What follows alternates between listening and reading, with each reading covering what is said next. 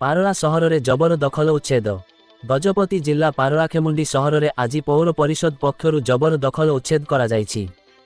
ରାଜଦାଣ୍ଡ ଏବଂ ବଜାର ଛକ ଯାଏଁ ଏହି ଜବରଦଖଲ ଉଚ୍ଛେଦ କରିଥିବା ଦେଖିବାକୁ ମିଳିଛି। ସୂଚନା ପ୍ରକାରେ ଆଗକୁ ରଥଯାତ୍ରା ଥିବା ବେଳେ ରାଜଦାଣ୍ଡ ଏବଂ ବଜାର ଅଞ୍ଚଳରେ ମୁଖ୍ୟ ରାସ୍ତା ଅବରୋଧ କରିଥିବା ବାରମ୍ବାର ଆଲୋଚନା ହେଉଥିଲା।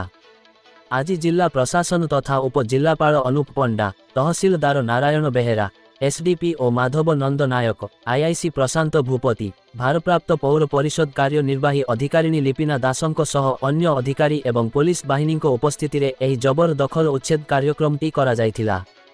ଏହି ଉଚ୍ଛେଦ ବେଳେ କିଛିଟା ଅପ୍ରୀତିକର ପରିସ୍ଥିତି ସୃଷ୍ଟି ହୋଇଥିବା ବେଳେ ପୋଲିସ ପକ୍ଷରୁ ତାକୁ ନିୟନ୍ତ୍ରଣ କରାଯାଇଥିଲା। ସ୍ଥାନୀୟ ଲୋକଙ୍କ କହିବା ଅନୁଯାୟୀ ପୂର୍ବରୁ ସୂଚନା ନ ଦେଇ ହଠାତ୍ ଏହି ଉଚ୍ଛେଦ କରିଥିଲେ ହେଲେ ପ୍ରଶାସନିକ ପକ୍ଷରୁ ପୂର୍ବରୁ ମାଇକ୍ ଯୋଗେ ଲୋକଙ୍କୁ ସୂଚନା ଦିଆଯାଇଥିବା କହିଥିଲେ।